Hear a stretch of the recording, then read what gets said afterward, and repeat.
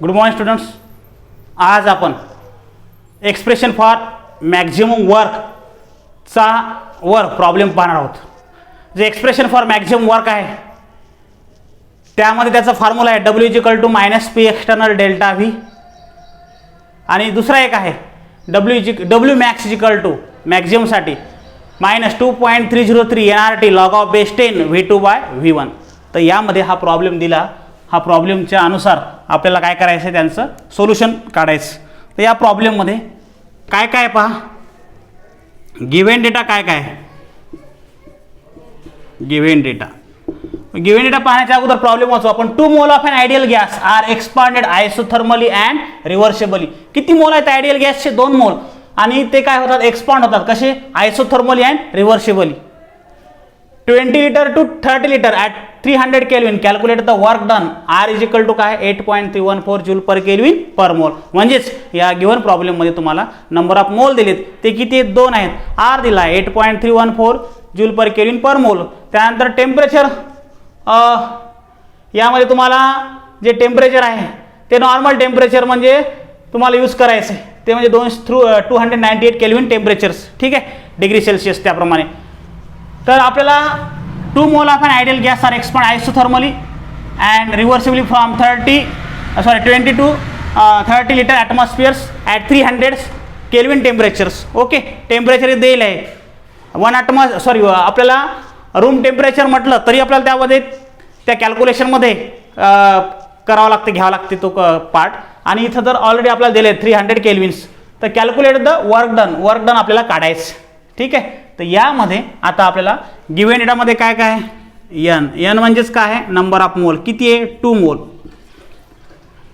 Ideal gas are expand isothermally and reversibly from V1 किती आहे? 20 litres. V2 किती आहे? 30 लिटर्स. ठीक आहे, T किती आहे? 300 kelvins. Okay, calculate work done. R दिलं आहे, पुन्हा R किती आहे? 8.314 जूल पर केल्विन पर मोल. आता तुम्हाला काढायचा काय? तुम्हाला काढायचं आहे वर्क.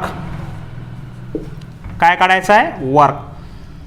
आता यामध्ये वर्क काढायचं आहे, वरचा फॉर्म्युला काढायचा आहे आणि फॉर्म्युलामध्ये किमती टाकून तुम्हाला काय करायचं, त्याचं उत्तर काढायचं. ओके, तर यामध्ये पहा आता, यूज फॉर्म्युला. काय formula? Wmax -2.303 NRT log of base 10 V2/V1. मग आता काय करायचं? Put values. मग Wmax -2.303. ठीक आहे, N आहे, N किती? 2. R किती? R 8.314. T किती? 300. ठीक आहे, तर याला आपल्याला व्यवस्थित लिहायचं आहे. आणि लिहित असताना हा इथं तो कंटेन ऑक्युपाय झाला पाहिजे, ज्यामध्ये Wmax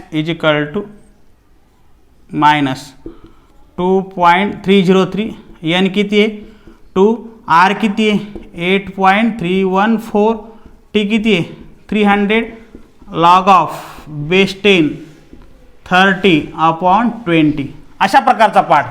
म्हणजे अशा प्रकारे आपण हा फॉर्म्युला तर घेतलाच आणि फॉर्म्युलामध्ये काय केलं आपण? किमती टाकलेल्या आहेत आणि किमती टाकून काय करतो आपण? त्याला सॉल्व करायचं. ओके, तर फॉर्म्युला आपला जो प्रॉब्लेम आहे, 2 mole of an ideal gas are expanded. किती मोल इथे यूज केले आहे? 2 मोल. ठीक आहे, ते 2 मोल इथे यूज केले. 2 mole of gas are expand isothermally and reversibly. म्हणजे आयसोथर्मली अँड रिव्हर्सेबली असं जर म्हटलं तर W मॅक्झिमम काढायचा असतो. असं जर म्हटल्यानंतर काय करायचा असतो? W मॅक्झिमम तुम्हाला काढायचा असतो. आणि एवढं जरी नाही समजलं की W मॅक्झिमम W कधी काढायचा, तर बाकीचं कंडिशनून पाहायचं. कंडिशनून लक्षात घ्यायचं. R दिलाय, T दिलाय, एवढ्या किमती त्यामध्ये दिलेल्या आहेत.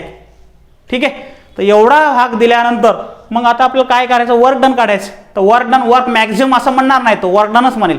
ठीक आहे, तर तुम्हाला Wmax तो घ्यायचा आहे. ओके, त्यामध्ये पहा आता Wmax -2.314 2.303. आता 8.314 या 2 आपण 300 ला गुणू म्हणजे काय होईल हा 600. या 300 इंटू 2 म्हणजे 600 आणि लॉग ऑफ बेस 10 20 न 30 ला डिवाइड करू काय येईल तो 1.5. काय येईल 30 ला जर 20 न भागिले तर 1.5 येतो. ठीक आहे. मग याचा जर तुम्ही गुणाकार व्यवस्थित केला लॉग घेऊन 2.303 आणि त्याचा लॉग पाहून तुम्ही जर त्याचा मल्टिप्लाय केलं त्याला यांनी सर्वांनी तर याचं जे उत्तर आहे मायनस किती येईल 2023 जूल. काय ना 2023 जूल. ठीक आहे. हे काय राहील डब्ल्यू मॅक्झिमम राहील. म्हणजे डब्ल्यू मॅक्सची किंमत आपण याप्रमाणे इथे ऑप्टेन करू शकतो. या फॉर्म्युल्यामध्ये जो फॉर्म्युला इथे आपण लिहिला त्या फॉर्म्युल्यामध्ये किमती टाकल्या आणि किमती टाकून आपण त्या प्रकारचं तिथे उत्तर काढलेलं आहे. ओके. नाव नेक्स्ट. तर नेक्स्ट जो पाहायचा आहे आपल्याला इथं आपण काय केलं इथं आपण फॉर्म्युला घेतला.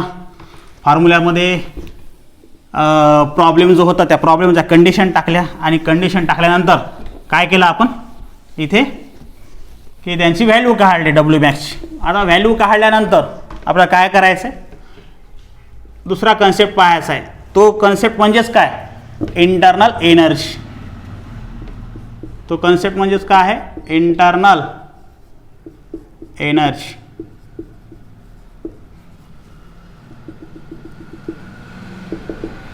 इंटरनल एनर्जी काय इंटरनल एनर्जीची व्याख्या. इंटरनल एनर्जी व्याख्या याप्रमाणे आहे every substance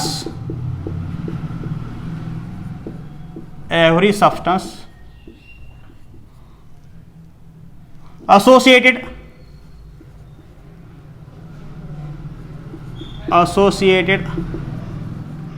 definite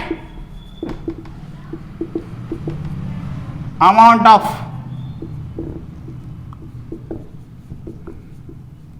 energy. Every substance associated definite amount of energy. This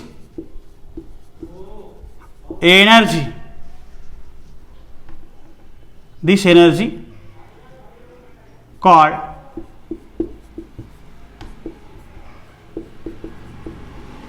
internal energy. काय आपण व्याख्या लिहिली पहा every substance associate definite amount of energy this energy called internal energy. म्हणजे प्रत्येक सबस्टन्सकडे काय असते किंवा सिस्टीमचा पार्ट जो असतो त्याच्यामध्ये काय असते एनर्जी त्याची स्वतःची असतेच प्रत्येक सबस्टन्ससाठी. तर मग ती इंटरनल एनर्जी त्याला काय म्हणायचं एनर्जीला इंटरनल एनर्जी म्हणायची. आणि ती एनर्जी कशी असते डेफिनेट अमाऊंट ऑफ असते म्हणजे fix amount definite amount energy त्या प्रत्येक सबस्टन्ससाठी असते. त्या प्रत्येक सबस्टन्ससाठी एनर्जी आहे ते डेफिनेट अमाऊंट आहे त्या एनर्जीला काय म्हणायचं इंटरनल एनर्जी. किंवा याला सोपी व्याख्या अजूनही करू शकतो energy associate with the system called internal energy असं पण म्हणू शकतो आपण. त्याला और दुसरा पार्ट आहे और एनर्जी associated with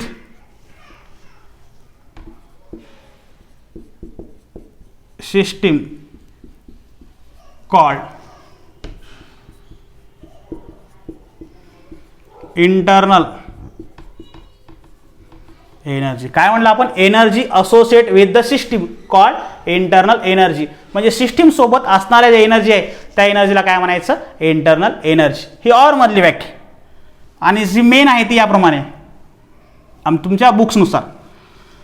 आणि हा आपण ओव्हरऑल कन्सेप्ट जर डायजेस्ट किंवा इकडे ओव्हरऑल जर कन्क्लुजन काढलं तर या प्रकारची तयार होते. ठीक आहे. मग आता यानंतर काय आहे पुढचे पॉईंट काय हे व्याख्या झालं दोन्ही पण. आता पुढचा point it is denoted by u. जो u असतो तर u ने डिनोट करायचं. ठीक आहे. Denoted by u.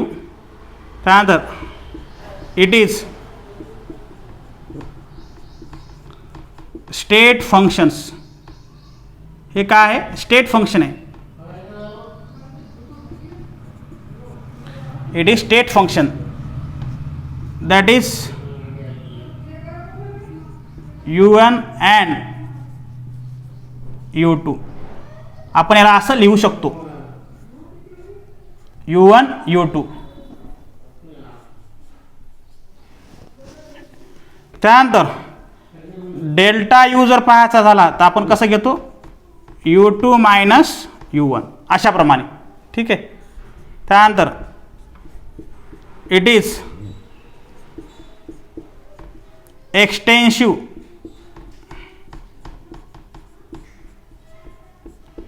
Property. He property कशी आहे, एक्सटेन्सिव्ह प्रॉपर्टी. स्टेट फंक्शन आहे, यू न डिनॉट करता एक्सटेन्सिव्ह प्रॉपर्टी आहे, या प्रकारचा पार्ट आहे. त्यानंतर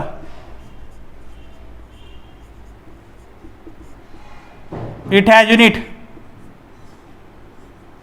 किलो जूल. आता काय इंटरनल एनर्जी, काय इंटरनल एनर्जी यू. ठीक आहे. तर इंटरनल यू आहे, कशाने आपण हे करू शकतो, याला सिम्बॉलाइज यू न करतो. आणि त्या इंटरनल एनर्जी काय आहे, व्याख्या काय आहे, internal energy every substance associate definite amount of energy, this definite amount of energy is called internal energy. मग हे डेफिनेट अमाऊंट ऑफ एनर्जीला इंटरनल एनर्जी आपण म्हटलेलं आहे. मग त्यामध्ये सिम्बॉल काय आहे, असा यू आहे. It is extensive property. Extensive property आहे म्हणजे प्रत्येक सिस्टीमनुसार ही चेंज होत राहते. ठीक आहे. त्यानंतर हे स्टेट फंक्शन आहे, म्हणजे यामध्ये इनिशियल स्टेट आणि फायनल स्टेट असे दोन प्रकारचे स्टेट असतात, त्यामुळे ही काय स्टेट फंक्शन आहे. ठीक आहे. त्यानंतर याचा युनिट काय आहे, किलो जूल आहे. ह्या प्रकारे इथे इंटरनल एनर्जीचं आर्टिकल हे कम्प्लीट झालं. आता आपल्याला नेक्स्ट आर्टिकल पाहायचं आहे, ते म्हणजेच नेक्स्ट आर्टिकल आहे तो म्हणजेच ते आर्टिकल काय आहे, first law of thermodynamic. Okay. आपल्याला काय पाहायचं आहे, फर्स्ट लॉ ऑफ थर्मोडायनामिक. त्यानुसार त्यांचे स्टेटमेंट पाहायचे. First law of thermodynamic. First law of thermodynamic.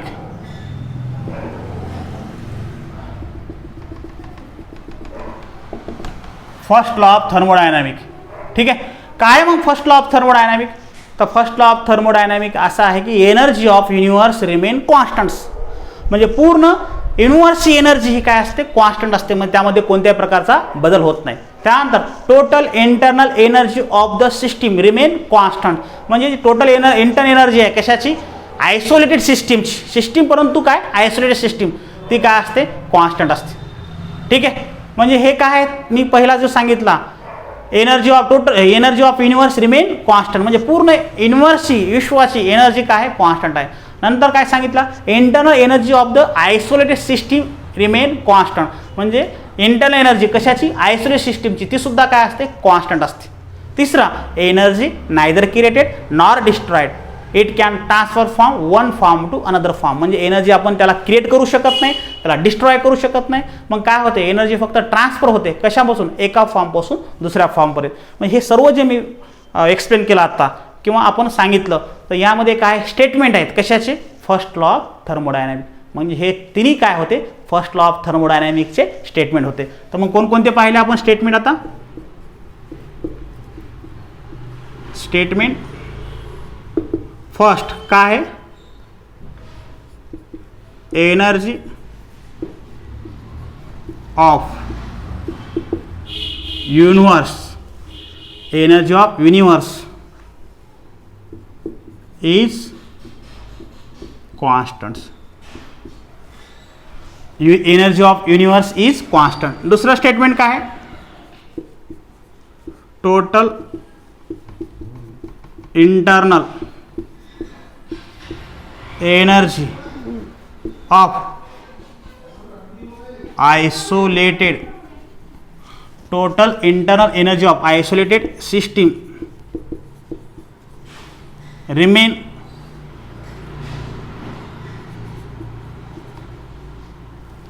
total internal energy of ISO system is constants.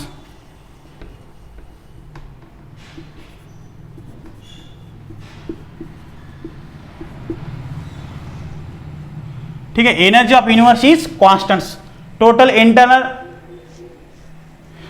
इधर रिमेन कॉन्स्टंट लिहू, total energy of universe remain constants.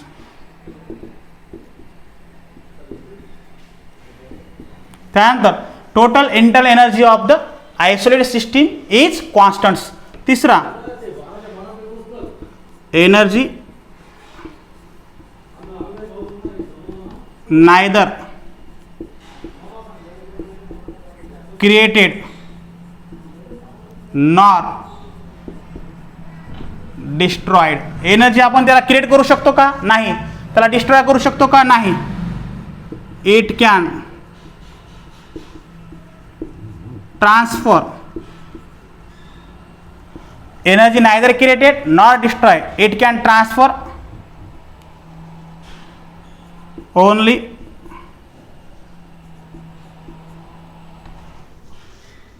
energy neither created nor destroyed. It can transfer only one form